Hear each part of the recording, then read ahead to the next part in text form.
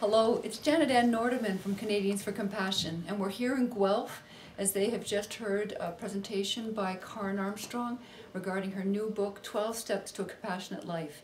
And it's wonderful that Guelph may very well be the first city in Canada to affirm as a compassionate nation because of Karen being here today and the enthusiasm around the Charter for Compassion. So I want to thank Karen for so much opportunity to come and speak with us today. This is going to be on the Canadians for Compassion YouTube channel, and we're very pleased that you've been able to grant us some time. So thank you, Karen. Thank you, Janet. Karen, when I read your book, I was profoundly moved and very intrigued because the approach that you used in looking at the 12 steps of compassion was very much like the science of compassion, like scientia, the Latin scientia, really looking at it from very different perspectives as opposed to it just being a 12-step program. But for those people who are not familiar with your work and the 12 steps, can you give us a bit of a background as to why the 12 steps and how this book came to be written? Well, I encountered, when speaking about the Charter, a lot of confusion about what compassion actually was. A lot of people simply thought it meant feeling sorry for people or pity. And people also felt overwhelmed by the demands and how on earth were they going to integrate this massive ideal into their lives. So I thought a gradualist approach based on the 12 steps of Alcoholics Anonymous would help, because we are addicted to our likes and dislikes, to our prejudices, our pet hates, which help to define us. We become dependent on them, don't know how we'd manage without them. We don't want to give them up. And so we need to wean ourselves away step by step from these. And when we speak uncompassionately to people, of people, we often get a buzz, sort of a little high, and we also poison ourselves and poison the intellectual and social environment.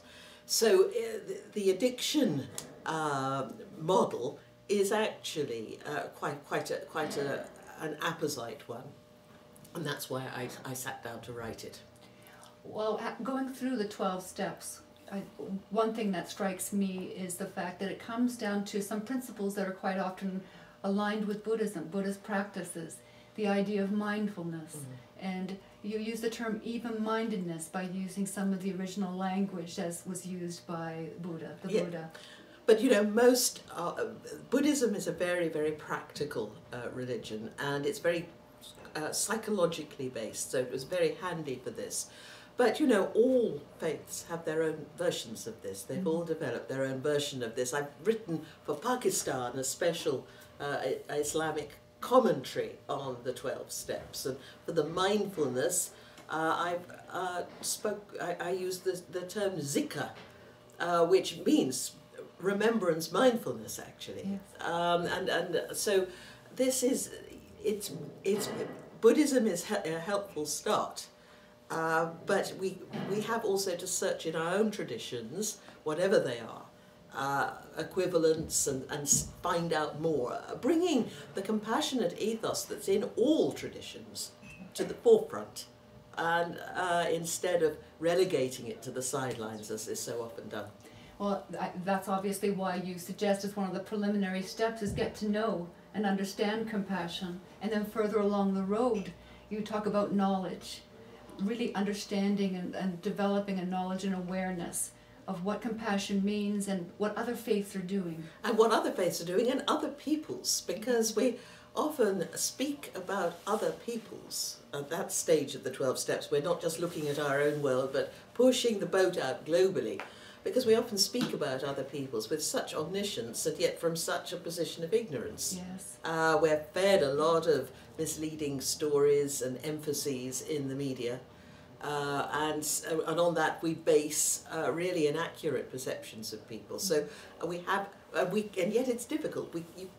Nobody can become a master of cultural, political history and religious history overnight. You've got jobs and other things. So I've suggested a method of increasing awareness, at least of ignorance, and of making room for the other in your mind during that step.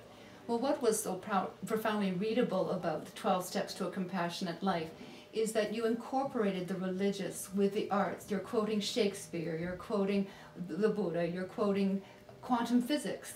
So you really are bringing in sociological, political, scientific, relevant references. So it's not really a religious text so much.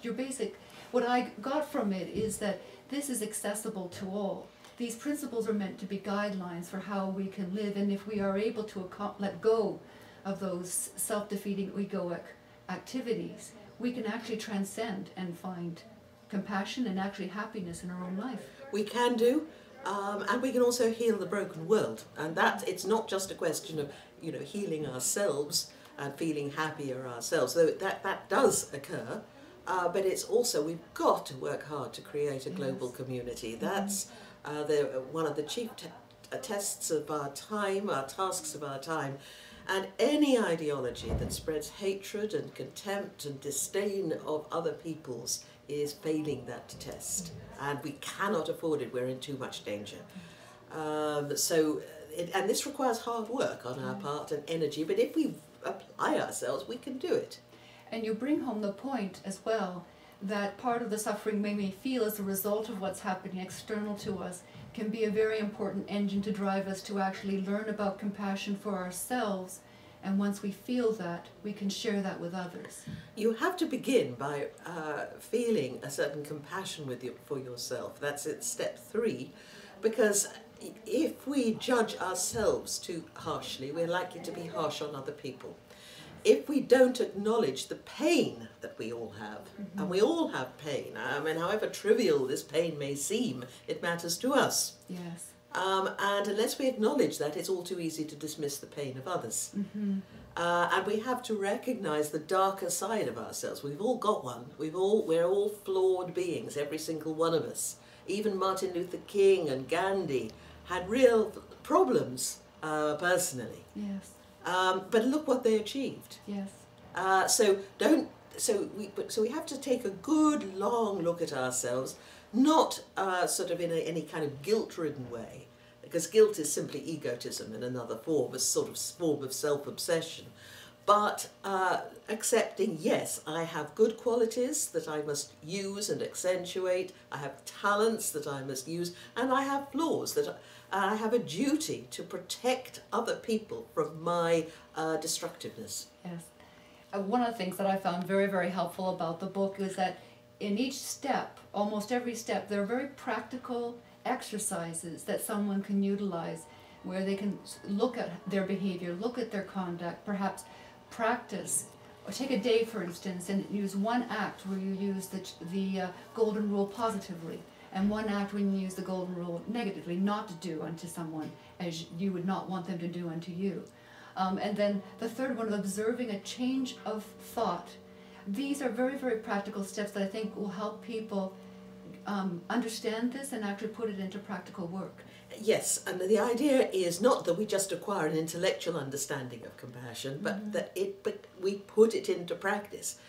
Because religion actually, and compassion certainly, is a practically acquired skill. It's not something that is simply a head trip.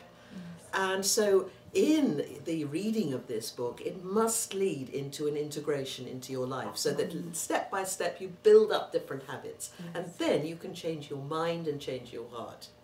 I think, I know that we cannot speak too much longer because you have to head back to Toronto, but I think the other part of this book, which I think is going to be very helpful to people, is that sometimes when you read about these significant figures in history, you think of them as being great people, not having flawed characters, not having difficult lives, and you bring into good sharp contrast the fact that anyone can do this. We all have stories, we all have lives of challenge, and we can all rise above them if we choose to, and this is the way that we can do it. Yes, one of the great Confucian sages of the 3rd century before Christ said that every single man or woman in the street can become a sage. That is, an avatar, an incarnation of compassion and a force for good in the world. Whatever your flaws, we can all make the world a better place. And when we come to die, the world is just a tiny little bit better because we've lived in it, then our lives will not be in vain.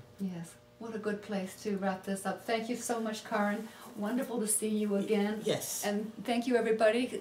Look onto our website today, and if you have any more information, just give us a contact. And thank you for affirming the Charter for Compassion.